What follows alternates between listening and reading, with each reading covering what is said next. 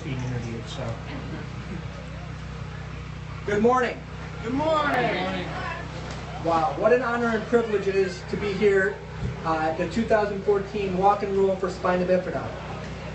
As the introduction just said of myself, my name is Billy the Barbarian Winarowski.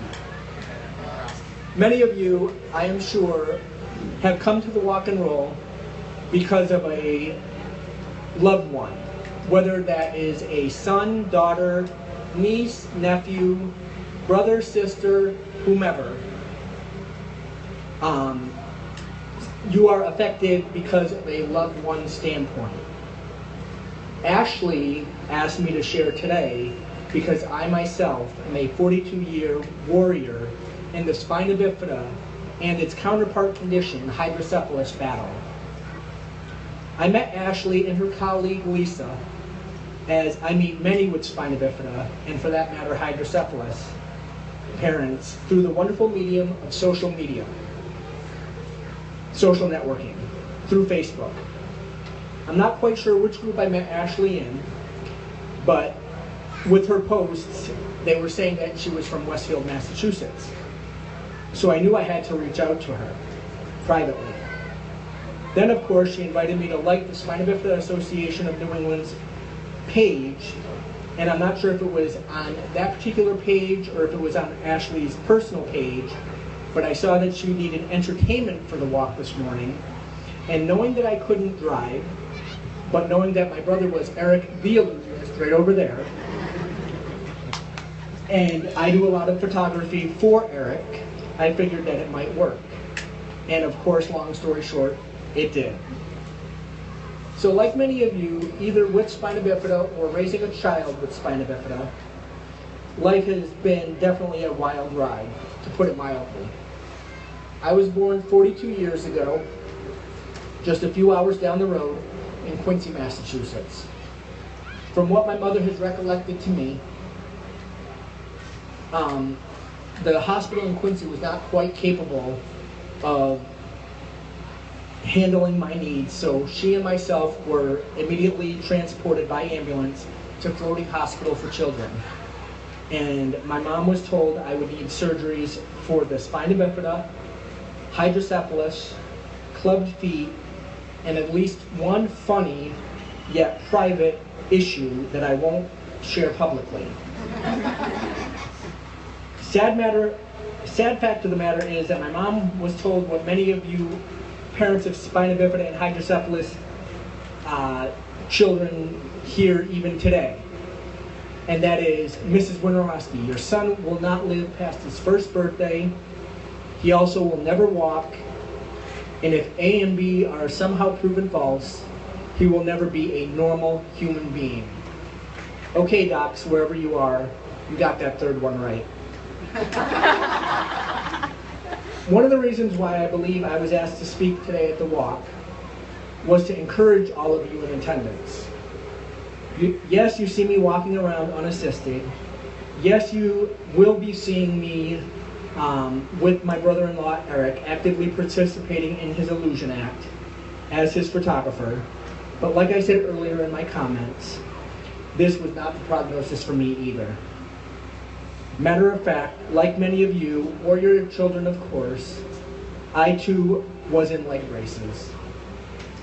Mine were not the plastic ones that many of you have today. I believe they're called either AFOs or KFOs, but they were the Forrest Gump style leg braces that Tom Hanks wore in the movie of the same name.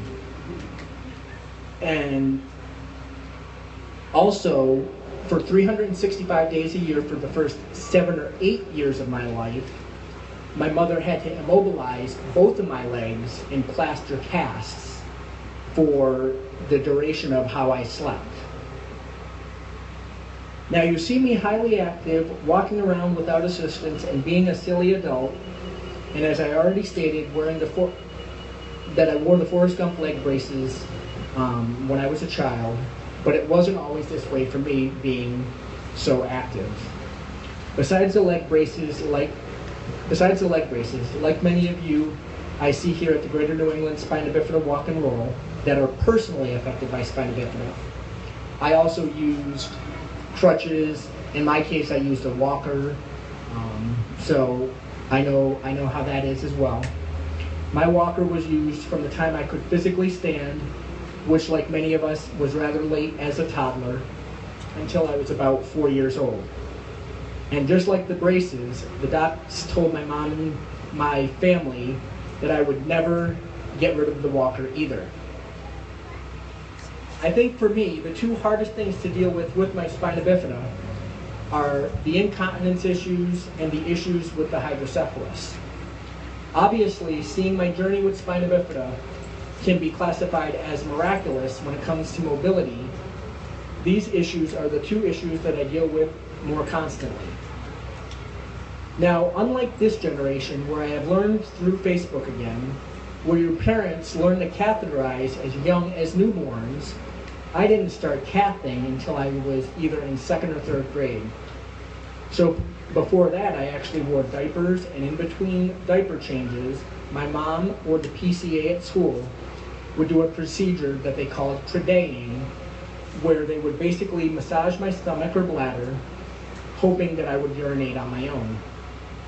Of course, this procedure was not very successful, so as uncomfortable as catheterizing can definitely be, I definitely thank the good Lord upstairs that Dr. George Clauber introduced me to this procedure. The reason I drop names is in case any of you are from the Boston area or have gone to Tufts for any of your child's medical care. So yes, kids and adults alike, I am very much like you. As we know, between 80 and 90% of us, even in 2014, have hydrocephalus as well. And as I have stated, for me, in my spina bifida journey, the hydro has been the bigger issue. I hear many stories of people having great success with their shunts, with some having few or no surgeries to replace or revise the shunts placed at birth. And that is wonderful, but my story isn't that easy. In 42 years, I have had close to 50 shunt surgeries, along with 6 cardiac arrests, 2 respiratory arrests, and being declared brain dead just down the road from here at Bay State Medical Center on April 1st, 1992. To close my short speech, if I can encourage any of you in the short time that Eric and I have left here today, please come say hi. If you miss me, please reach out on Facebook. On there, I go by Bill Winterowski. You can find me on either Ashley or Lisa's friend list, or by my last name, Winterowski. Easiest way to remember how to spell that, winner, God doesn't make losers, and then add O-S-K-I.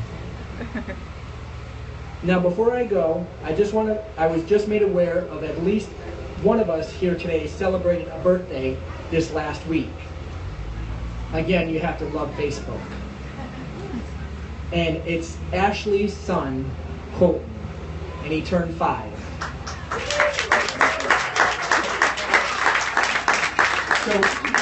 So Colton, first of all, before I get down, I would like for all of us to sing happy birthday to you. And then before I leave, I have a card for you as well. Okay, pal? So on 3. 1, 2, 3. Happy birthday to you. Happy birthday to you. Happy birthday.